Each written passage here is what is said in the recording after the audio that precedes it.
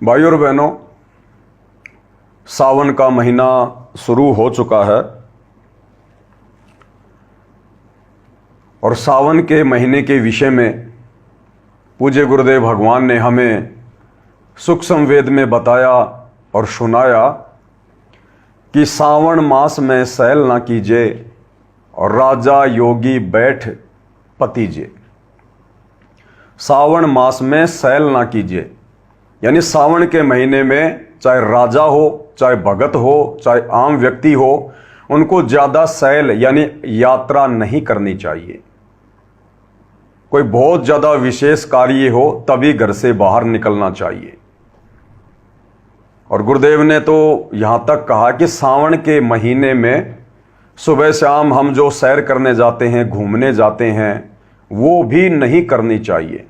यानी गुरुदेव भगवान ने तो हमें यहाँ तक निर्देशित किया है कि सावन के महीने में सुबह शाम हम जो घूमने जाते हैं, सैर करने जाते हैं, हमने वो भी नहीं करनी चाहिए, उसको टाल देना चाहिए।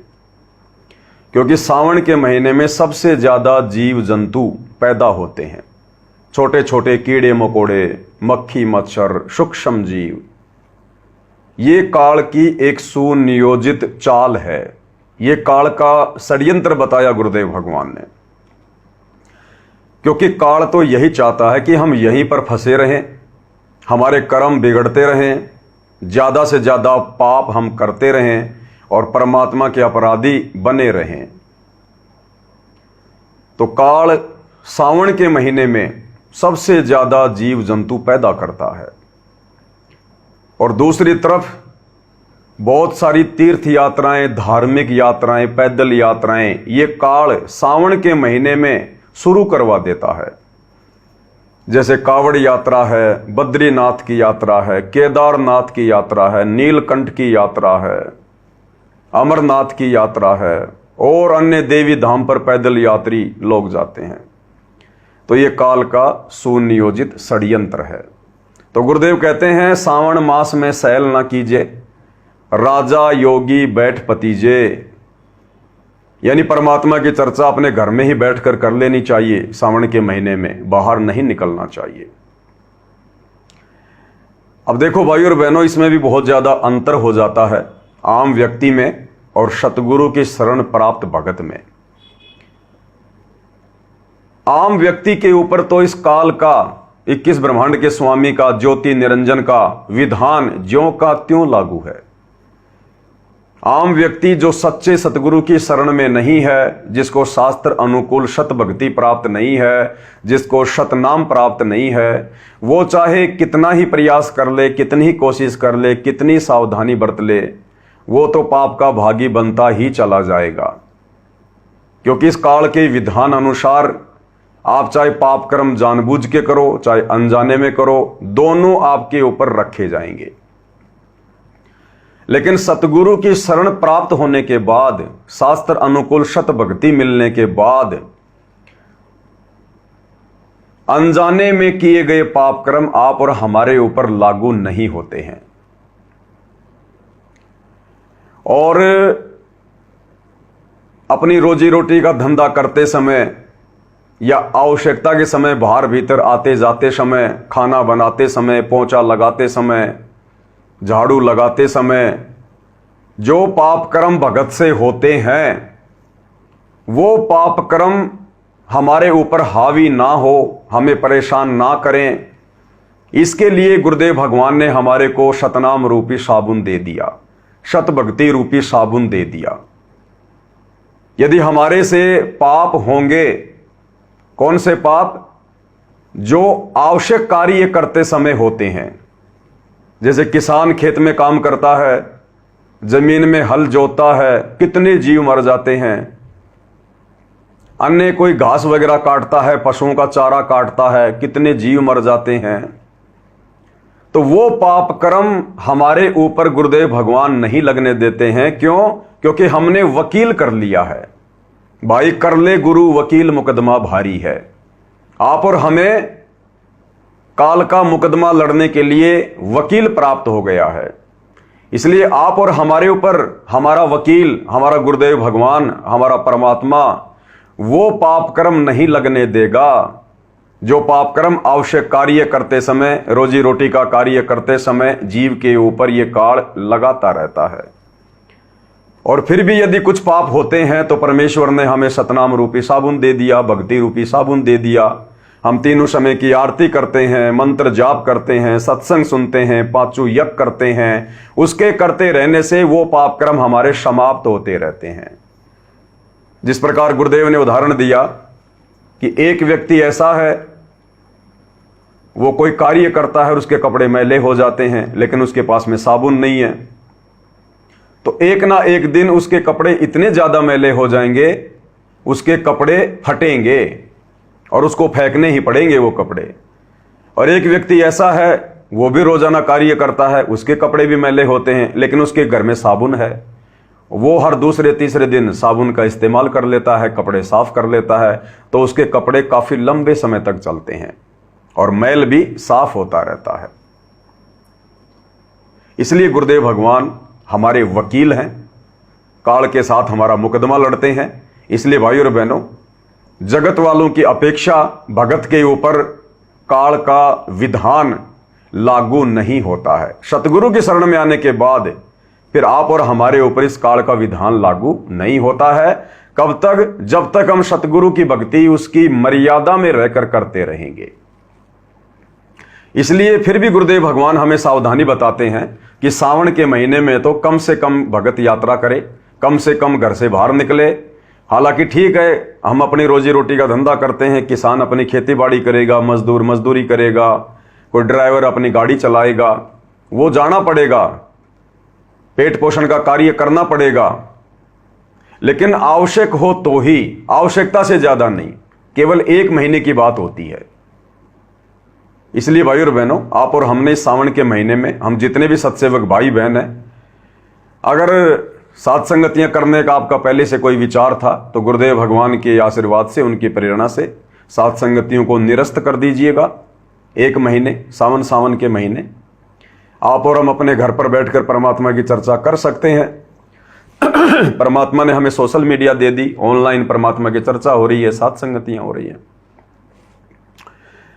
और रही बात गुरुदेव भगवान के दर्शन करने की, आश्रम में जाकर गुरुदेव भगवान के रहते सहते उनके मुख कमल से सत्संग सुनने की, तो वो हमने जाना पड़ेगा।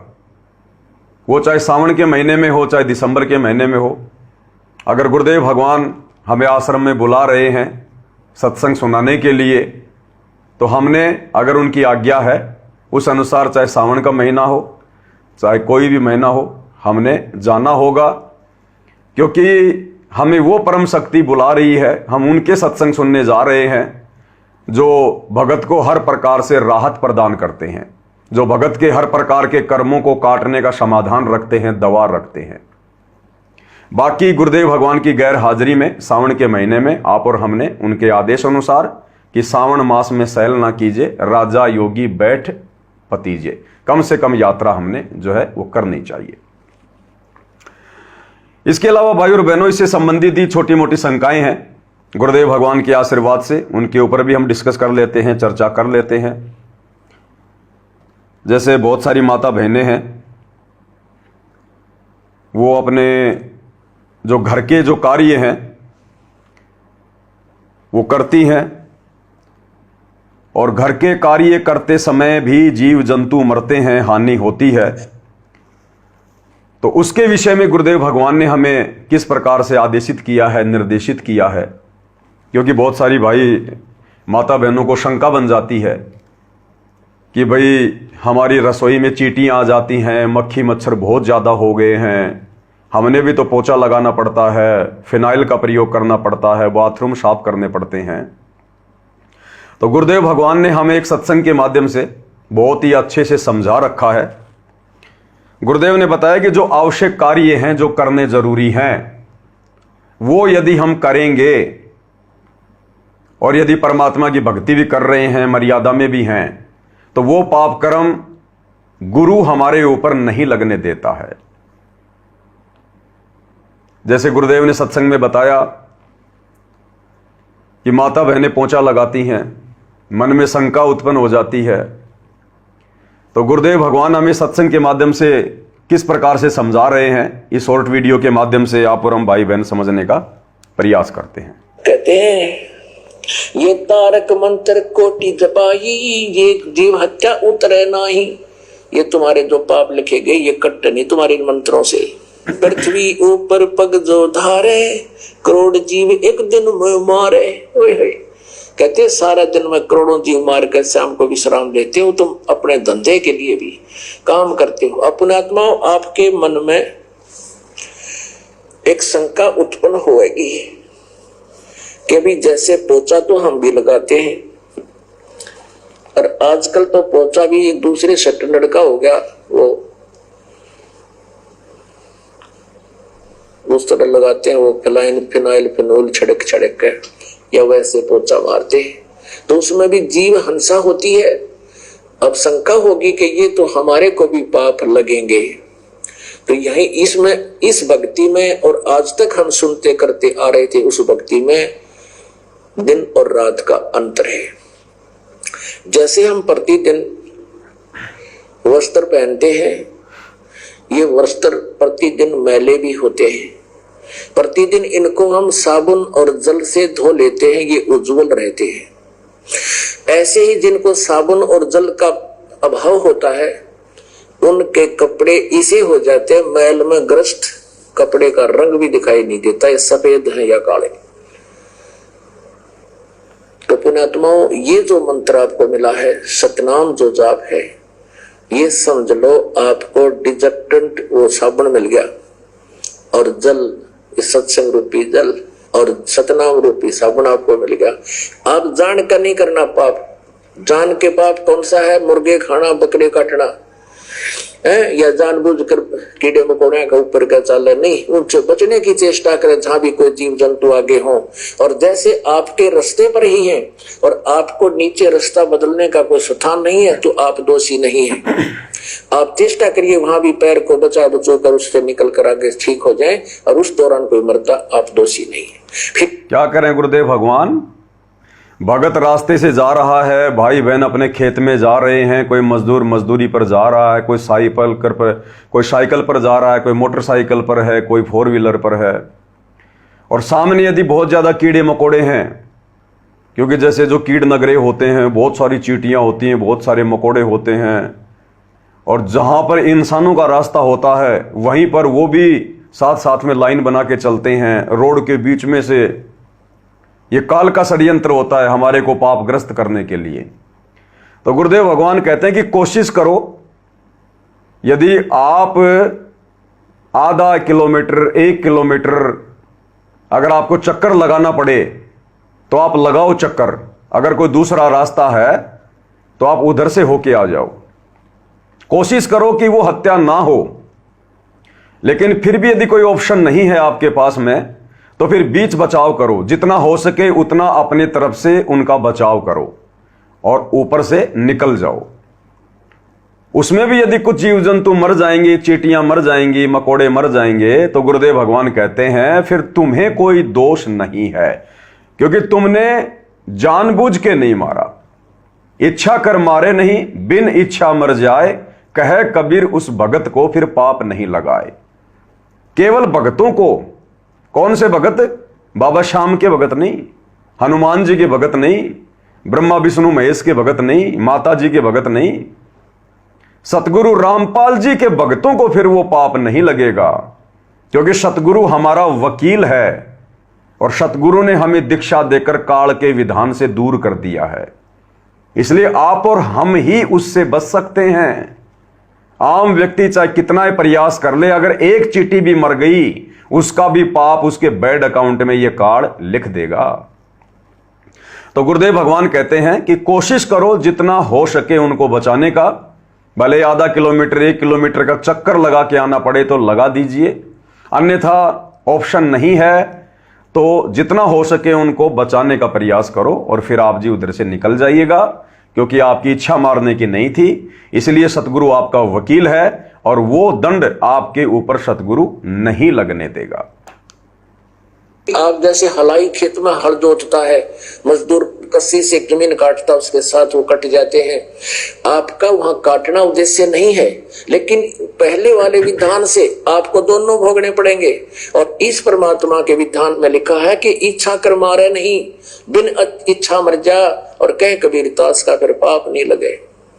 जान कर नहीं मारना, अनजानपने में कोई ऐसे जैसे हम जो कर्म हमारे हैं स्वाभाविक कर्म, उनको करते करते कोई हिंसा होती है तो वो हमारा पाप लगेंगे नहीं, क्योंकि हम इस परमात्मा के शरण में आगे। और फिर जो पाप हमारे अन्य जो होते हैं हमसे, वो फिर इस सतनाम से नष्ट हो जाएंगे। संचित कर्म भी हमारे इस मंत्र से नष्ट हो जाएंगे, और प्रारब्ध के आने वाले दुखदायी कर्म भी हमारे इस प्रारब्ध रूपी फसल में वो खरपतवार ऐसी की तरह जल जाएंगे, पाप नष्ट हो जाएंगे, पुण्य से इस बचेंगे। अब आप जी को ये शंका हुई कि हम भी पोछा लगाते हैं, इनमें भी पाप होते हैं? नहीं, इस सतनाम के जाप से, क्योंकि वो हमारा उद्देश्य वो मारना नहीं है, हमने अपने उस स्थान को पवित्र रखना, नहीं तो फिर हम बीमार हो जाएंगे। तो ये पाप पहले तो लगने थे, अब नहीं लगेंगे। उदाहरण के लिए बताता हूं कि जैसे किसी के पास ड्राइविंग लाइसेंस है, ड्राइविंग यानी गाड़ी चलाने का प्रमाण पत्र लाइसेंस है, और वो सड़क पर जा रहा है, उससे कोई इत्तेफाक से कोई दुर्घटना हो जाती है, कोई व्यक्ति मर जाता है, तो सबसे पहले पुलिस आकर के ये देखती है कि क्या आपके पास ड्राइविंग लाइसेंस है। यदि उसके पास प्रमाणित ड्राइविंग लाइसेंस है तो वो 90% दोषी नहीं है। 10% किन परिस्थितियों में ऐसा घटना घटी है, कोई गाड़ी में दिक्कत आई है या इसने लापरवाही करी है, वो अलग बात है। और जिसके पास लाइसेंस नहीं है और उससे दुर्घटना हो जाती है, कोई मृत्यु हो जाती है व्यक्ति की, वो सीधा जेल जाता है, उसका कोई विकल्प नहीं। तो ये जो दास आपको मंत्र दे रहा है, ये ड्राइविंग लाइसेंस है। इस पृथ्वी पर आपको रहने और करने के नियम और विधि बताई जाती है। तो जिसके पास ये मंत्र है उससे फिर ये हिंसाएं होती हैं, उनका करना उद्देश्य नहीं। तो उस लाइसेंस जिसके पास, ये मंत्र जिसके पास इस दास से उपलब्ध है, उस पर वो दोषी नहीं है, क्योंकि उसके पास ये प्रमाण पत्र है कि भक्त है, और भक्त कभी जान के मारा नहीं करते। और इस प्रकार आप उन कष्टों से, उन पापों से बचोगे और आपके पुण्य प्रफुल्लित हो जाएंगे, सतलोक जाओगे। बोलो सतगुरुदेव जय हो। तो भाई और बहनों, गुरुदेव ने विशेषकर माता बहनों की जो एक बहुत बड़ी समस्या रहती है, उसका समाधान पूरी तरह से कर दिया है अपने सत्संग में। जैसे घर में चींटियां आ जाती हैं, मक्खी मच्छर बहुत ज़्यादा हो जाते हैं, कॉकरोच वगैरह हो जाते हैं, या जैसे कोई दीवड़ वगैरह जो पीली पीली बारीक बारीक जो चींटियां होती हैं वो हो जाती हैं। अब गुरुदेव कह रहे हैं कि हमने उस जगह को भी साफ रखना है, अन्यथा फिर हम बीमार हो जाएंगे। इसलिए गुरुदेव ने आप और हमें अधिकार दे रखा है, परमेश्वर ने हमें छूट दे रखी है अपनी शरण में लेकर, हमारा वकील बनकर, कि आप सफाई कीजिएगा लेकिन सावधानी से, अपनी तरफ से जानबूझ के चींटियां मत मारिएगा, अपनी तरफ से जानबूझ के मक्खी मच्छर नहीं मारने हमने, वो हिट वगैरह का प्रयोग नहीं करना। जैसे आता है ना वो टेनिस के जैसा खेलने वाला, उससे यूं मारते थे पहले मच्छरों को और मक्खियों को, वो चटक चटक होके मरते थे, वो हमने यूज नहीं करनी। यानी जिससे मक्खी मरती हो, मच्छर मरता हो, कॉकरोच मरता हो, हमने ऐसी कोई दवाई या ऐसा कोई उपकरण यूज नहीं करना है। बाकी वैसे परमात्मा ने बता दिया, झाड़ू वगैरह से साफ कर दीजिएगा, थोड़ा सावधानी रखो। फिर भी यदि कुछ जीव मर जाते हैं तो फिर उसमें हम दोषी नहीं हैं। अब रसोई में चींटियां हो गई, अब बताओ रसोई में तो खाना बनाएंगे ना, खाने पीने का सामान होता है रसोई में, अगर उन डब्बों में चींटियां घुस जाएंगी, हर जगह चींटियां हो जाएंगी, तो फिर वो हमें नुकसान पहुंचाएंगी। तो गुरुदेव कहते हैं साफ सफाई करो, साफ सफाई जरूरी है, अपनी तरफ से जानबूझ के मारने का प्रयास मत करो, लेकिन साफ सफाई करते समय यदि कुछ जीव जंतु मर जाते हैं तो फिर हम दोषी उसमें नहीं हैं। और जैसे पोंछा वगैरह लगाते हैं फिनाइल से, तो भाई और बहनों वैसे भी देखो कॉमन सेंस की बात है, रोजाना घर में पोंछा लगाना कोई जरूरी नहीं होता है। आप एक दिन छोड़ के एक दिन माता बहनें पोंछा लगा सकती है, इतना जल्दी गंदा नहीं होता है। आप रोजाना पोंछा लगाओगे, आपका समय भी बर्बाद होगा और जीव भी फिर उतने मरेंगे। तो कोशिश करो एक दिन छोड़ के एक दिन हम पोंछा लगा लें, एक दिन में एक दिन में तो कोई इतना कोई गंदा हो नहीं जाता। एक दिन झाड़ू लगा लो, दूसरे दिन फिर पोछा लगा लो, एक दिन झाड़ू लगा लो, दूसरे दिन फिर पोछा लगा लो। हाँ, बाथरूम वगैरह है वो आप चाहो तो रोजाना साफ कर सकते हो। बाकी बाथरूम भी वैसे 2 या 3 दिन में साफ करते हैं लोग। तो गुरुदेव भगवान के कहने का मतलब है कि हम कोशिश करें कि हमारे हाथों से कम जीव हत्या हो, कम से कम जीव हत्या।